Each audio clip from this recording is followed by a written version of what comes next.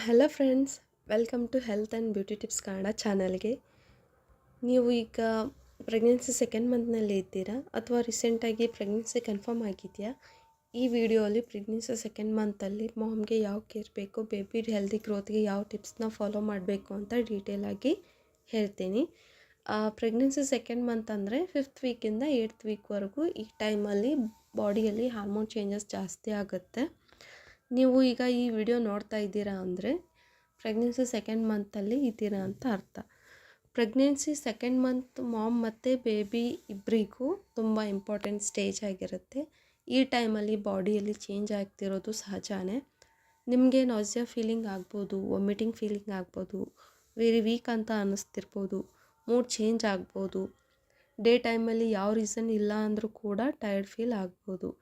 ಈ ಎಲ್ಲ ಸೆಕೆಂಡ್ ಮಂತಲ್ಲಿ completely normal symptoms, so fear ಆಗಬೇಡಿ. ಈ ಸಮಯದಲ್ಲಿ ನಿಮ್ಮ ಹೊಟ್ಟೆಯಲ್ಲಿ ಬೇಬಿ ಡೆವಲಪ್ ಆಗೋಕ್ಕೆ ಸ್ಟಾರ್ಟ್ ಆಗಿರುತ್ತೆ. ಬೇಬಿ ಹಾರ್ಟ್ ಬೀಟ್ ಶುರು ಆಗಿರುತ್ತೆ. ಬೇಬಿ ಬ್ರೈನ್ ಡೆವಲಪ್ಮೆಂಟ್ ಆಗೋಕ್ಕೆ ಸ್ಟಾರ್ಟ್ ಆಗಿರುತ್ತೆ. ಸ್ಮಾಲ್ ಹ್ಯಾಂಡ್ಸ್ ಮತ್ತು ಲೆಗ್ಸ್ ಶೇಪ್ ಆಗೋಕ್ಕೆ ಸ್ಟಾರ್ಟ್ ಆಗಿರುತ್ತೆ. ಸೊ ಈ ಸ್ಟೇಜಲ್ಲಿ ನಿಮ್ಮ ಲೈಫ್ ಸ್ಟೈಲ್ ಡೈರೆಕ್ಟಾಗಿ ಬೇಬಿ ಹೆಲ್ತ್ ಮೇಲೆ ಎಫೆಕ್ಟ್ ಆಗುತ್ತೆ. ಫಸ್ಟ್ ಇಂಪಾರ್ಟೆಂಟ್ ಪಾಯಿಂಟ್ ಅಂದರೆ ಫುಡ್ಡು. ಒಂದೇ ಸಲ ಜಾಸ್ತಿ ತಿನ್ನೋಕ್ಕೆ ಟ್ರೈ ಮಾಡಬೇಡಿ. ಲಿಟಲ್ ಬಿಟ್ಟಾಗಿ ಫ್ರೀಕ್ವೆಂಟ್ ಮೀಲ್ಸ್ ತಿನ್ನೋದು ಬೆಸ್ಟ್.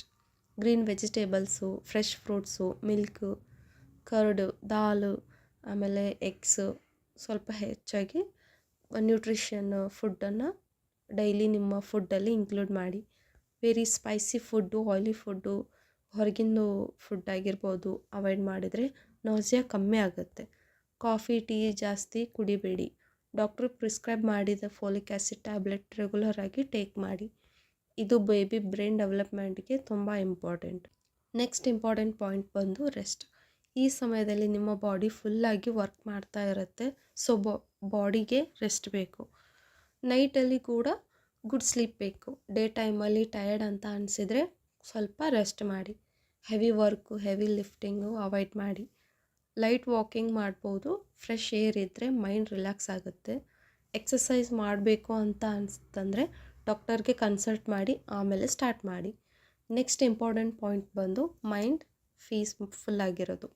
ಹಾರ್ಮೋನಲ್ ಚೇಂಜಸ್ಸಿಂದ ಇರಿಟೇಷನ್ಸು, ಸ್ಯಾಡ್ನೆಸ್ಸು, ಕ್ರೈ ಎಲ್ಲ ಬರ್ಬೋದು. ಇದು ಕಾಮನ್, ನೀವು ವೀಕ್ ಅಲ್ಲ, ಇದು ಪ್ರೆಗ್ನೆನ್ಸಿ ಪಾರ್ಟ್. ಹ್ಯಾಪಿ ಮ್ಯೂಸಿಕ್ ಕೇಳಿ, ಪಾಸಿಟಿವ್ ಪೀಪಲ್ ಹತ್ರ ಇರಿ, ಸ್ಟ್ರೆಸ್ ಕಮ್ಮಿ ಮಾಡಿ. ಸ್ಮೋಕಿಂಗ್, ಆಲ್ಕೋಹಾಲ್ ಈ ಎರಡನ್ನು ಕಂಪ್ಲೀಟ್ಲಿ ಅವಾಯ್ಡ್ ಮಾಡಿ. ಈ ಸಿಮ್ಟಮ್ಸ್ ಇದ್ದರೆ ಡಿಲೇ ಮಾಡದೆ ಡಾಕ್ಟರ್ ಕನ್ಸಲ್ಟ್ ಮಾಡಿ. ಬ್ಲೀಡಿಂಗ್, ಸಿವಿಯರ್ ಪೇಯ್ನ್, ಕಂಟಿನ್ಯೂಸ್ ಆಗಿ ವಾಮಿಟ್ ಆಗಿರ್ಬೋದು, ಹೈ ಫೀವರು. ಓವರಾಲ್ ಆಗಿ ಹೇಳಬೇಕಂದ್ರೆ ಪ್ರೆಗ್ನೆನ್ಸಿ ಸೆಕೆಂಡ್ ಮಂತ್ ಪೇಷನ್ಸ್ ಬೇಕು, ಕೇರ್ ಬೇಕು. ನೀವು ಹೆಲ್ದಿ ಇದ್ದರೆ ನಿಮ್ಮ ಬೇಬಿ ಆಟೋಮೆಟಿಕ್ಕಾಗಿ ಹೆಲ್ದಿಯಾಗಿ ಇರುತ್ತೆ. ಈ ವಿಡಿಯೋ ನಮಗೆ ಯೂಸ್ಫುಲ್ ಆಗಿದ್ದರೆ ಲೈಕ್ ಮಾಡಿ, ಶೇರ್ ಮಾಡಿ, ಚಾನಲ್ನ ಸಬ್ಸ್ಕ್ರೈಬ್ ಮಾಡಿ. Thank you for watching and stay happy and healthy pregnancy.